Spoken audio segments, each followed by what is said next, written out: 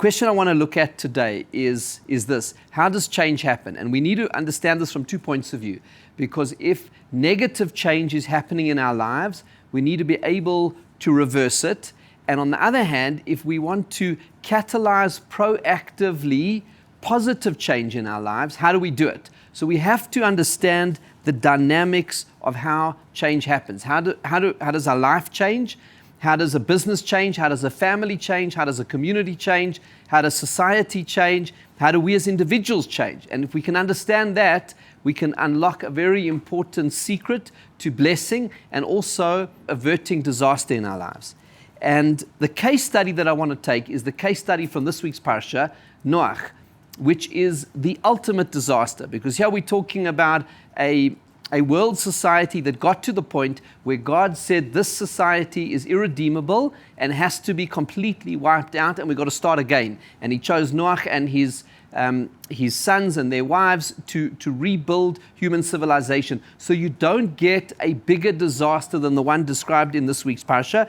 And want to take that as a case study for how it happened, because if you think about it, the human civilization or humanity started off in a very positive way. You have the creation of Adam and Eve. Okay, they sinned, they made a mistake, they end up outside the Garden of Eden. But basically, they were two great individuals, and our sages teach about their incredible greatness. They were fully aware of Hashem. They had absolute clarity of the truth. How did society get from there to the flood and complete disaster? Everything changed. So this is a case study in change from good to bad. And if we can understand what happened and how that happened, it can unlock for us how to harness the power of change in our lives in the most productive and powerful way.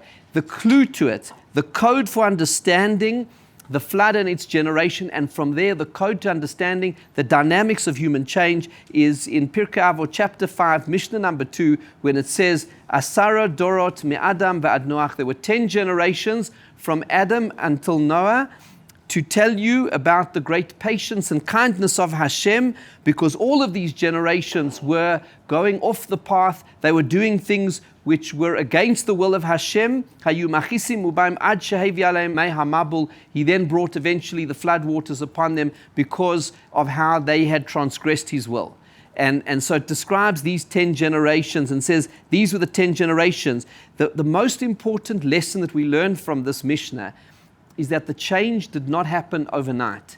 It happened over a period of 10 generations. And the Rambam actually, in his the laws of idolatry, he goes into the history of the belief in God and the idea of monotheism, that there is one supreme almighty God who's in charge of everything and is all-powerful, and how that descended into idolatry in these generations. And he explains how it was incremental. It didn't happen overnight, step by step, because Adam and Eve believed in God. They didn't believe in idols. By the time you get to the generation of Noah and the flood, everyone is worshipping idols. The world has descended into moral corruption, disintegration of family. So everything is turned on its head. How did it happen? So the Rambam describes that it happened step by step. At first, and this was the grandson of Adam, a man by the name of Enosh, he came and said, look, we believe in God, but God created the sun and the moon and the stars and all of the forces of nature. Let us pay tribute and give honor and even worship them as the servants of God. So step one was to take it one step away from Hashem and say, we're going to worship these things as the acknowledged forces of God. A generation or two later, they were then saying, let's just worship these things. They still believed in one almighty God, but they began to believe in the independent forces of nature as independent gods, till eventually they had forgotten about the idea of one God altogether, and the world had descended into idolatry. And once they lost the ability to believe in one God, from there, the morality, the ethics, the sense of family, all of those values unraveled. There was a lawless world, which is the one which is described at the beginning of our Parsha. And so what we learn from there is that it happened incrementally. That's the message of the Mishnah. It took 10 generations to unravel. So the most important key principle about how change happens is this. It's incremental, it's cumulative, it happens in an evolutionary way, not in a revolutionary way. In the end, it's dramatic, because it happens bit by bit, but all of those small changes accumulate to the point of no return and absolute disaster.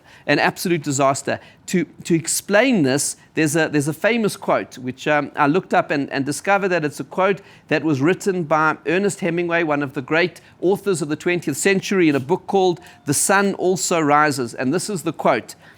"How did you go bankrupt?" Bill asked. "Two ways," Mike said. "Gradually and then suddenly."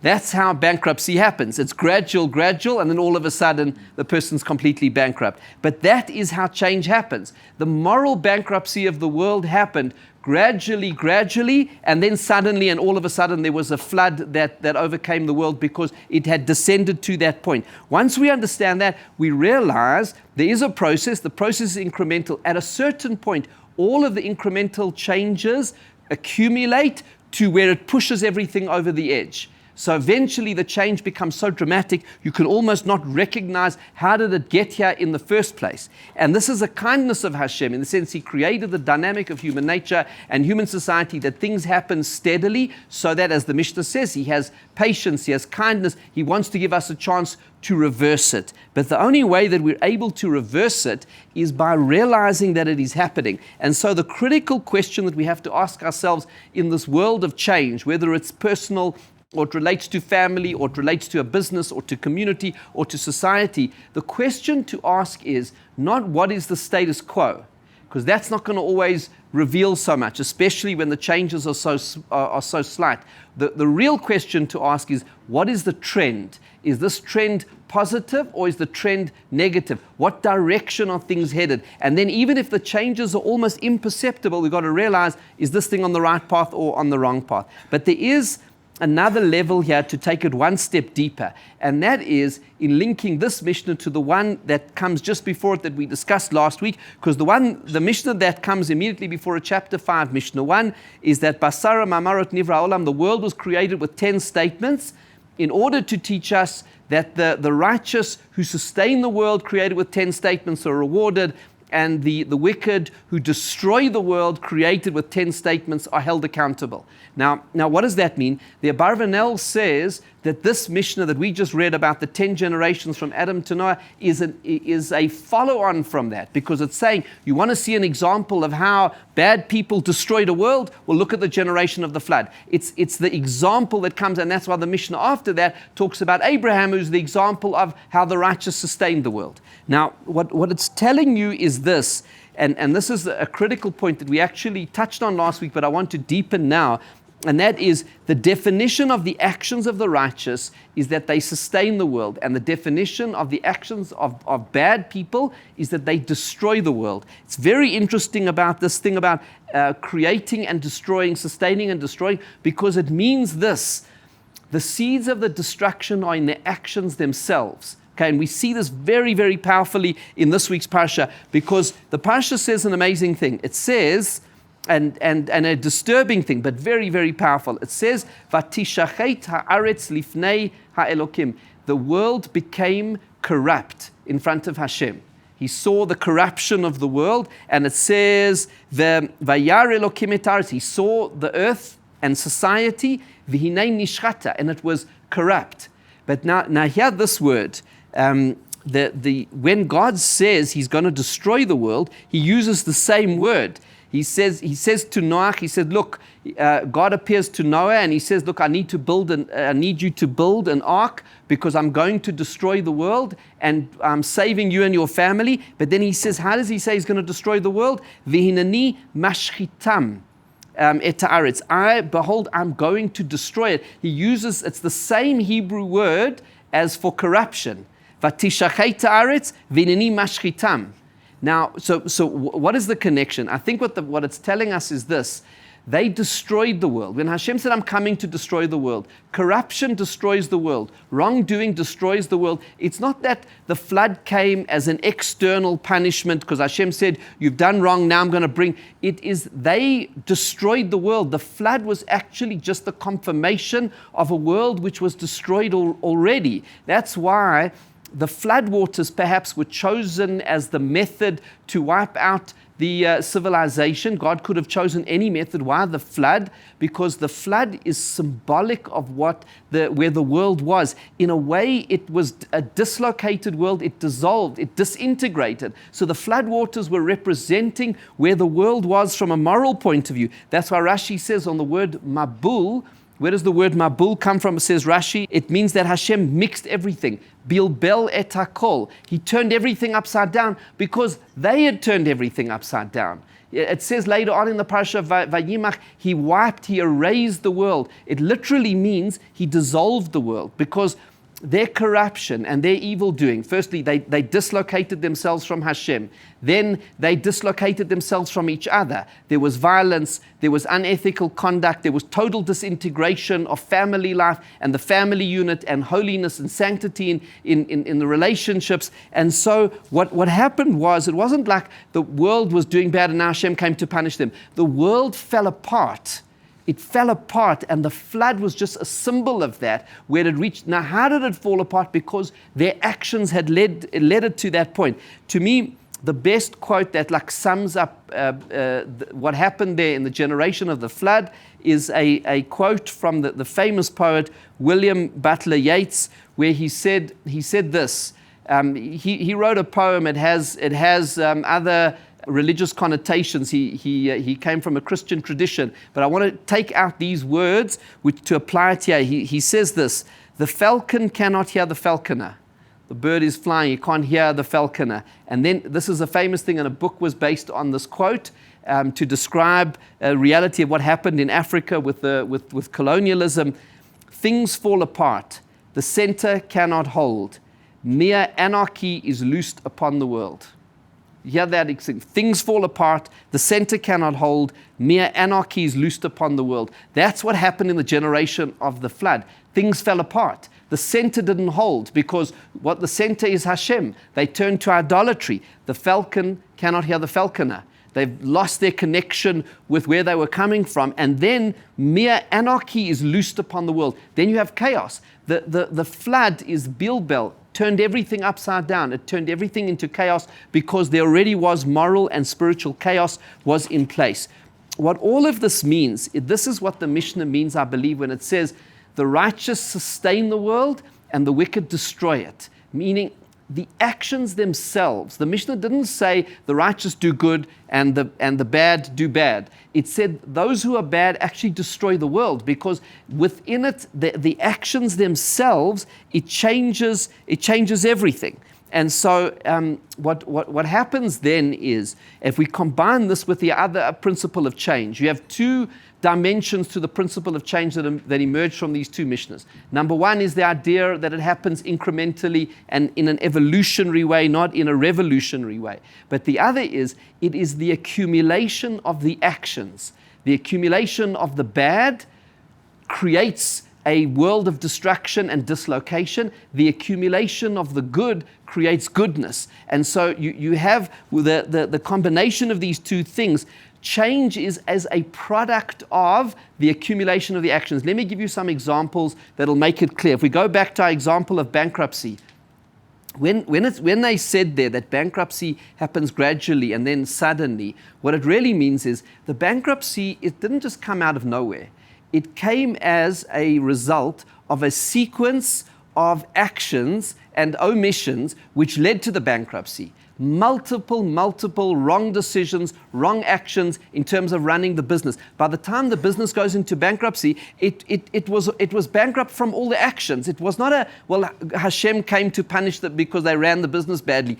They destroyed the business through their actions. And the actions wasn't one action. It was just an accumulation of it. This applies in any area of life. If you think about it, diet, exercise, smoking. A person has one cigarette, that's going to do no harm. It's the accumulation of all of those cigarettes. At which cigarette was it that the person put their life in danger? You can't pinpoint that particular cigarette. At which piece of cake or the food that was wrong, one piece is not going to do anything. But it's the accumulation of all of this. At which point a person who doesn't do exercise, does it affect their health? It's the accumulation. It's gradual and then all of a sudden. And that is how it applies with Torah and mitzvahs in the world of morality and spirituality as well. And why it does it? Because you see, in the world of business, there are laws of business and money. You can't violate those. If you violate those, your business goes into bankruptcy. The body has certain laws of health. You violate those laws, the body can't handle it anymore. Have enough cigarettes, eat badly enough, the body collapses in and of itself because it's just a consequence of what happens.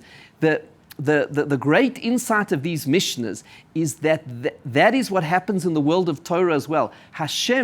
You see, Hashem didn't create a world and then he worked out a Torah for how to govern the world.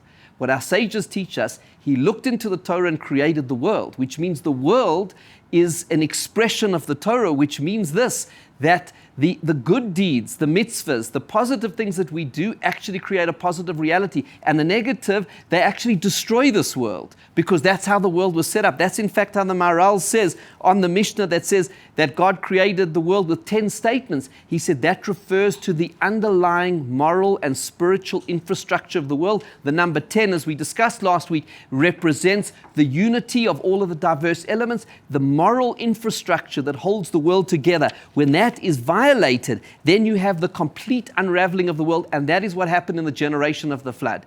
It was gradual and then sudden, generation after generation. Atheism, dislocation from belief in God, leading to an undermining of all the basic cornerstones of morality, family life, respect between husband and wife, loyalty, dedication, children, building family, integrity, honesty, all of these things unraveled, and then society can't sustain itself.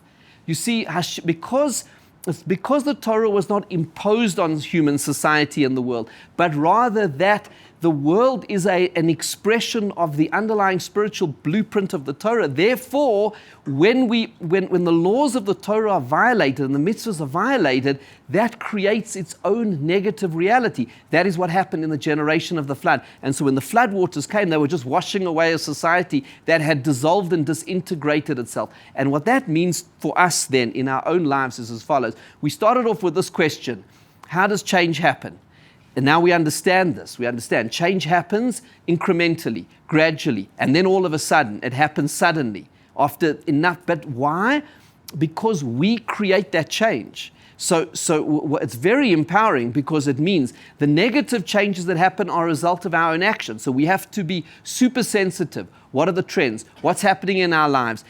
What is happening? And that means in relationships, in our relationship to Hashem and to the people around us, the relationships are as exactly the same thing. Is the relationship changing for the good or for the bad? Enough words which are said in harshness and irritation and intolerance and enough alienation, eventually the relationship achieves a level of bankruptcy, first gradually and then suddenly. Or on the other hand, on the positive side, more words of encouragement, praise, which are put in, that becomes the reality of it.